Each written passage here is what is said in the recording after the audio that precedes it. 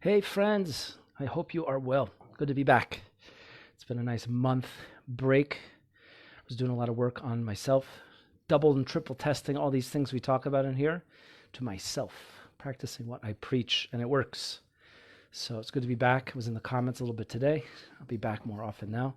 Let's do a bunch of, short videos. I'm getting tired of posts. I think people watch videos.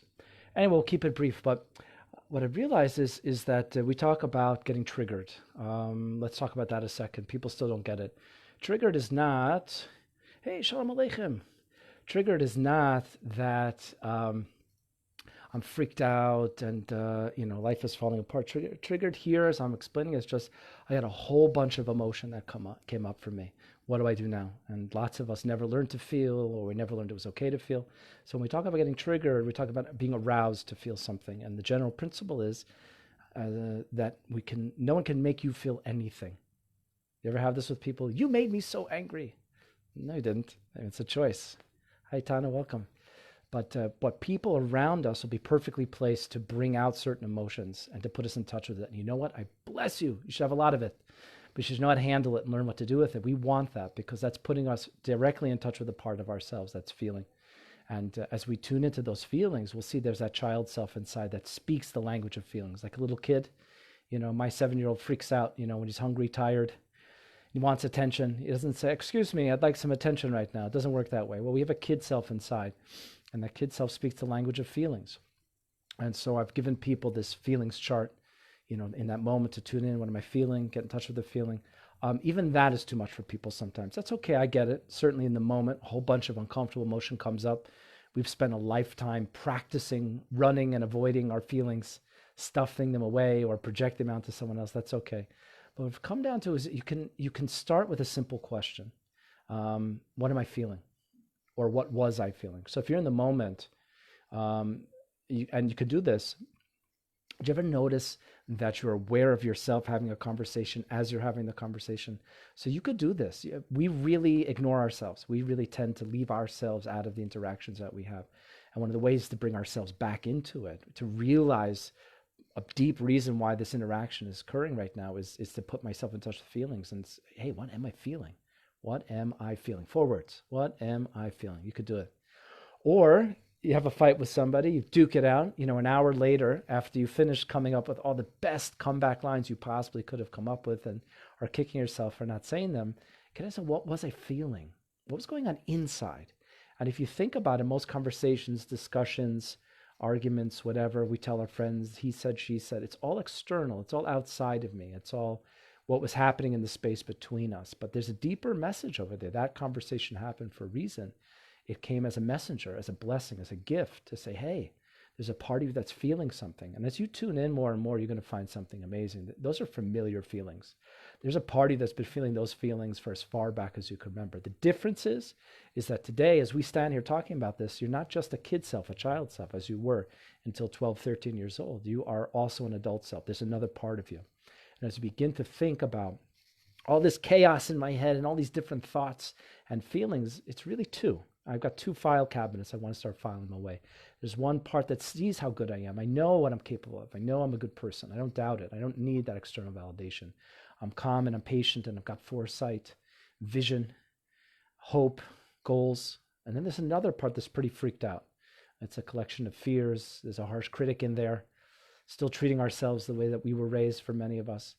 That's our job. That's our work, is to hang out with that kid. And so you can take a memory that you had as a kid and all the emotions that were in that memory will come flooding back. Or you can think about your most recent uncomfortable interaction, which a whole bunch of emotion came up, and start tuning into those feelings. It's the same feelings. It's the same kid part. It's just that the you of today also has an adult part, has this ability to be in the feelings and in it, and also back and observing it and watching it at the same time. This is one aspect of mindfulness meditation, where I can observe a thought but not be that thought.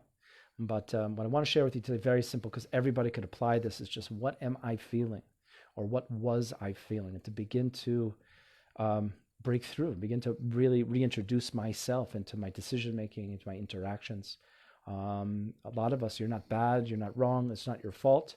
But one way or another, many of us either grew up with a message that feeling is bad, or we're not allowed to feel, or don't feel, or you shouldn't feel. And the presence of strong emotions can be quite scary. And then we'll have partners that come into our life and friends that come into our life really to help us. But until we've got some tools, which is this, what I'm telling you here is one of them, is what am I feeling? What was I feeling? But until we have some tools, it's really overwhelming, those feelings. We'll attract partners that will put us in touch with those very same feelings. And then, we end the relationship because it's so uncomfortable. But it would be great to be comfortable in our own skin, to validate, accept ourselves, to learn to be able to coach ourselves through uncomfortable moments, talk ourselves through things, self-soothe, to sit with self, to allow ourselves to feel, and remember that people will treat us very similar to the way we treat ourselves. And so when I'm not tuning into what I feel, when I'm not giving myself that basic acceptance and validation, that basic respect, to tune in, to ask yourself that question, what am I feeling? I'm of worth, I'm of value. I give myself attention. We pay attention to things that we value, and why not us? You know what I see a lot? I see a lot that people treat others in the very same way that they need to be treating themselves. And the cool thing is, hey Lisa, one of the cool things is that what you need to change in your life is not something new that you have to learn. It's very different, Israel.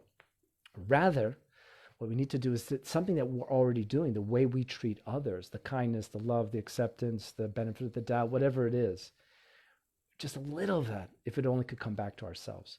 So it's a skill. It's not something new to learn. It's something that we're already doing, and just to learn to be able to do it with ourselves. So I find this is a great sentence to start with. What am I feeling? What was I feeling? And you know what? Many of you won't feel a thing. You won't know. You won't have words. You won't have vocabulary for it. It doesn't matter that I stop for a second and I talk to me, that I made a little space to tune into what I was feeling. It's fantastic. It's awesome. It gets you going, gets the ball rolling. Anyway, try it out. There are comments under here for a reason. Use them, fill them up. Give me some questions. Let me know your experience with trying out this exercise. And if you're struggling with something in particular, fill up the comments. We'll do another video on it. And yeah, I'm just going to try to pop on here from time to time. Maybe we'll get into a schedule, maybe not. It's all good, so be it. Anyway, thinking of you, wishing you well. Treat your inner kid with kindness and love. Keep going, keep growing. We'll talk soon.